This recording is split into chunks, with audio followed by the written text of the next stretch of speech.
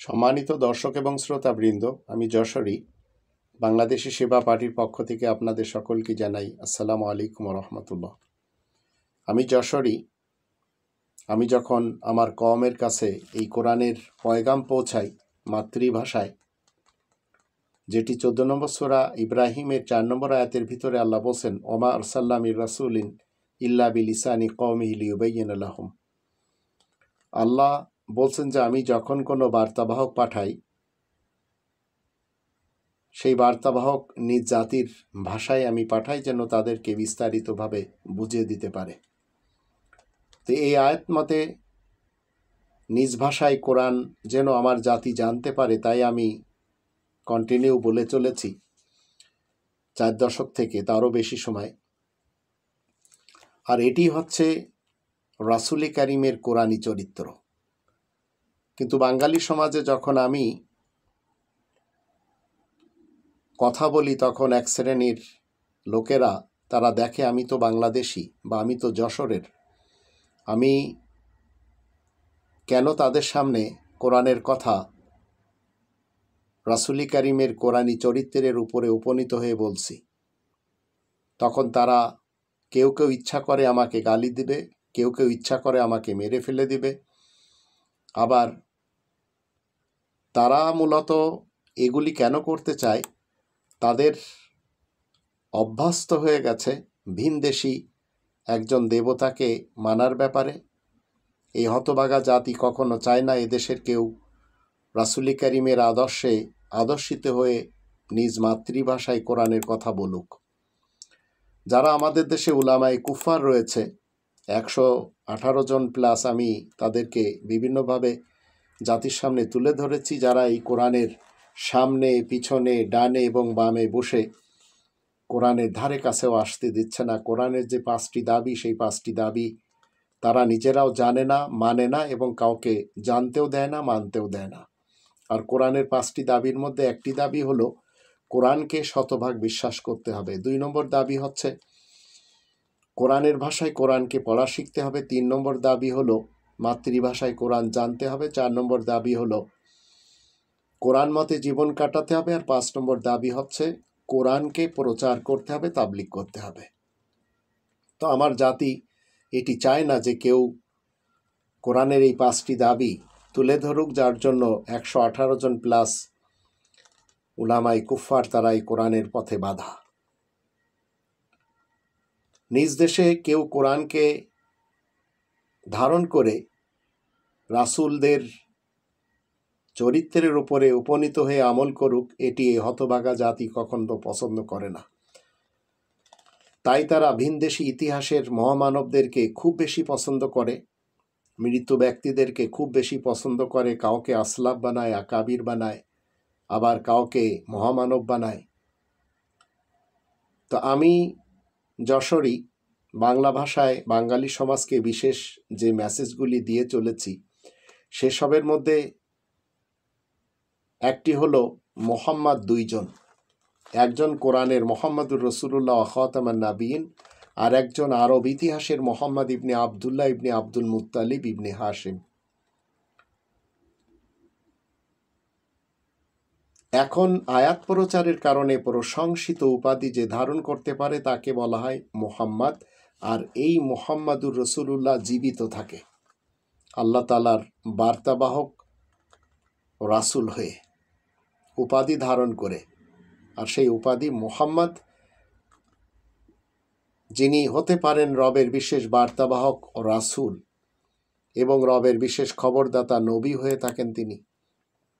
2 নম্বর আমি যে কথাটি বলি, ঈমান আনার জন্য মুসলমান শিয়া সুন্নি সালাফিদের যে সমস্ত কলেমা তৈরি করা রয়েছে, সেগুলি সব ভিন্ন ভিন্ন এবং কোরআনের মুহাম্মদুর রাসূলুল্লাহর শেখানো কলেমা একেবারে ভিন্ন। 2 নম্বর সূরা আল বাকারার 285 নম্বর আয়াতে সেই কলেমা লেখা রয়েছে, আমানা রাসূলু বিমা উনজিলা ইলাইহি মির রাব্বিহি ওয়াল মুমিনুন কুল্লুন আমানা বিল্লাহি ওয়া মালাইকাতিহি ওয়া কুতুবিহি ওয়া রুসুলিহি লা নুফাররিকু বাইনা আহাদিম মির রুসুলিহি ওয়া ক্বালু সামি'না ওয়া আতা'না গুফরানাকা রাব্বানা ওয়া ইলাইকাল মাসির।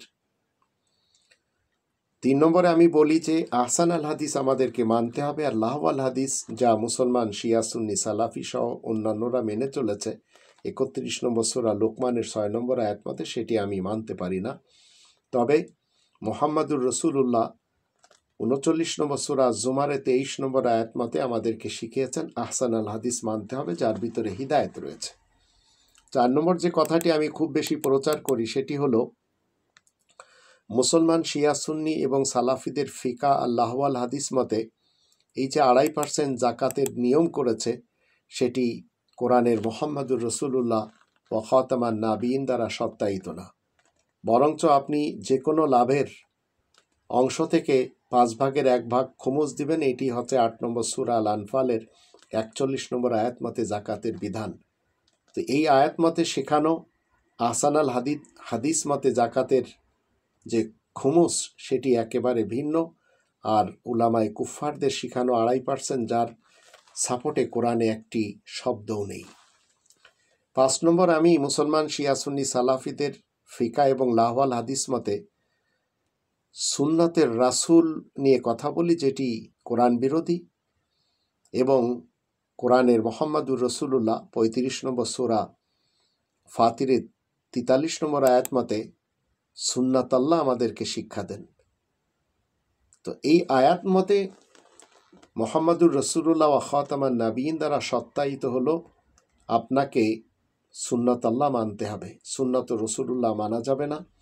আর এই কথাগুলি আমি যতগুলো ভাষা জানি, আমার দখলে এই মুহূর্তে 12টি ভাষা রয়েছে। তা আমি যে ভাষাগুলি গভীর দখল রয়েছে সেই ভাষাগুলিতে আমি কথা বলার চেষ্টা করি। আর রবের লিখিত আল কিতাব মতে মনুষ্যত্বের শিক্ষাই হলো মূলত আমার আদর্শ।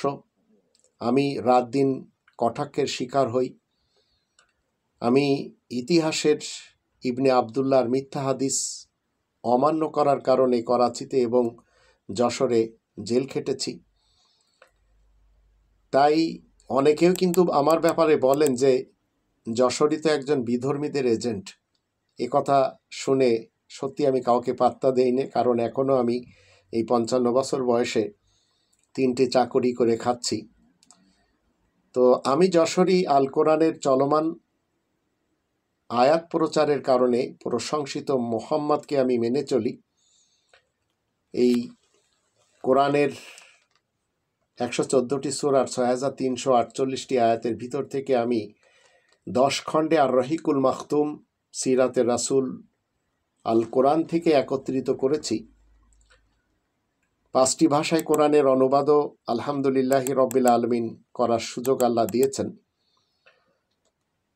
12-13 হাজারের মতো ভিডিও আমার 128টি ইউটিউব চ্যানেলে রয়েছে, যা আপনারা বিভিন্ন সময় শুনে থাকেন।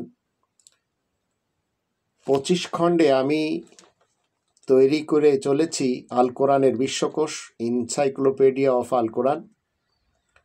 আবার আপনারা যে quranrt.com এবং quranrt.org এবং quranrt.app এই যে সাইটগুলো আপনারা দেখেন, ঢাকার উত্তরার বিশ্বের এক বোনের সহযোগিতায় তৈরি হয়েছে। আরও কিছু বোনেরা কিছু সহযোগিতা করেছেন বেধায়, কিছু ভাইয়েরাও সহযোগিতা করেছেন বেধায় quranrt.com তৈরি হয়েছে। এটি একটি ওয়েবসাইট, আপনারা সেখানে যেতে পারেন। আর ইটালির রোমা শহর থেকে একজন কোরআনের গবেষক ভাই, তিনি কি করেছেন, তৈরি করেছেন আরেকটি ওয়েবসাইট quranrt.org। এছাড়াও তিনি তৈরি করেছেন quranrt.app। উনি নিজেকে কোরআনের ছাত্র হিসেবে, তিলমিজুল কোরআন হিসেবে পরিচয় দিয়ে থাকেন। আমি কোরআন থেকে ছোট ছোট বিষয়ের উপরে, অগণিত বিষয়ের উপরে আমি বুকলেট তৈরি করেছি, যেগুলি ওয়ার্ল্ড বাংলা প্রকাশনী 3D কাব্যকশ ভবন, 7ম তলা, কক্ষ নম্বর 9, কাওরান বাজার, ঢাকা, বাংলাদেশ থেকে প্রিন্ট হয়েছে। ওয়ার্ল্ড বাংলা প্রকাশনী। এই ওয়ার্ল্ড বাংলা প্রকাশনী মূলত বিশ্বব্যাপী কোরআন প্রচারকারী একটি প্রতিষ্ঠান, আল কোরআন একাডেমি বাংলাদেশের অধীনে। এটি ওয়ার্ল্ড বাংলা প্রকাশনীর অধীনে চলমান, যার ডিরেক্টর হলেন অ্যাডভোকেট নূর নবী কামরুল। টেলিফোনে আপনারা যোগাযোগ করে নিতে পারেন 01-723-321-645, আবার 01-716-121935। এখান থেকে আপনারা এই বাংলা অনুবাদ, একবিংশ শতাব্দীর বাংলা অনুবাদ আপনারা সংগ্রহ করে নিতে পারেন। তো আমরা যদি কোরআনের 5টি দাবি নিজেদের জীবনে ফুলফিল না করতে পারি, মনে রাখবেন আমরা সবাই এই পৃথিবীতে যাতনাতে থাকব, আর পরকালের যে যাতনা, সেই যাতনা কখনো শেষ হবে না। এটি আমাদের সবসময় মনে রাখতে হবে।